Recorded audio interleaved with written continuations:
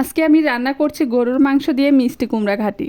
এতদিন তো গরুর মাংস দিয়ে বুটের ডাল, আলু ঘাটি অনেক কিছুই খেয়েছেন, তবে মিষ্টি কুমড়া ঘাটি খেতেও কিন্তু ভীষণ মজাদার। প্রথমে একটা প্রেসার কুকারে মিষ্টি কুমড়া নিয়েছি এবং গরুর মাংস নিয়েছি।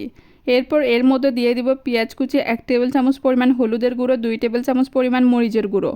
এরপর দিব ধনিয়া গুঁড়ো, পরিমাণ মতো লবণ। এরপর দিব 2টা কালো এলাচ, 2টা সাদা এলাচ এবং 2টা তেজপাতা এবং 2টা দারচিনি। এরপর যে এর মধ্যে দিব পরিমাণ মতো আদা রসুন বাটা আর পরিমাণ মতো সয়াবিন তেল। সবগুলো উপকরণ দেওয়া হয়ে এসেছে। এখন আমি সবগুলো উপকরণ খুব ভালোভাবে মাখিয়ে নিব।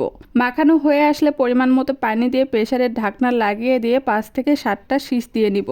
5-7টা শীষ দেওয়ার পরে মাংস আর মিষ্টি কুমড়াগুলো কাড়িয়ে নিয়ে খুব ভালোভাবে রান্না করে নিব, যেন মিষ্টি কুমড়াগুলো খুব ভালোভাবে ভেঙে যায়। এতে করে ঘাটিটা খেতে খুবই সুস্বাদু হয়।